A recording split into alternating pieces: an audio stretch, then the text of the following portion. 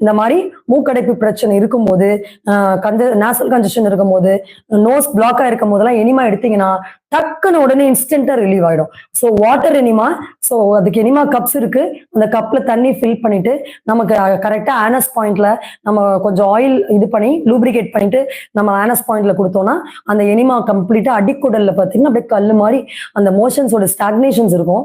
So old அந்த toxins அதெல்லாம். So அது வெளியே வந்துட்டாலே புது ரத்தம் வந்து பிளட் சர்க்குலேட் ஆயிடும். ஆட்டோமேட்டிக்கா இந்த கேசஸ் எல்லாம் மூவ் ஆனாலே, கெட்ட காத்து வெளியே போனாலே நல்லா ஃப்ரீயா பிரீத்திங் வந்து நமக்கு கிடைச்சிடும். ஓகே, இது வந்து எனிமா வந்து ஒரு நல்ல ஆப்ஷன். மைல்டான லூக்வார்ம் வாட்டர்ல கூட எனிமா எடுக்கலாம். ஸோ மற்றபடி வேற எந்த எனிமாஸ் வேண்டாம். அடுத்து ஸ்ப்ரேக்கு பதிலா நம்ம சொன்ன மாதிரி நாசிரோக தைலம் அது பயன்படுத்தலாம். இந்த நாசிரோக தைலம் பார்த்தீங்கன்னா பொதுவா மூக்குக்குள்ள விட்டு பயன்படுத்துவாங்க. ஸோ நம்ம ஏற்கனவே சொன்ன மாதிரி நம்ம ப்ராப்ளம் மூக்குக்குள்ள இல்லை. ஸோ அதனால என்ன பண்ண தேவையில்லை,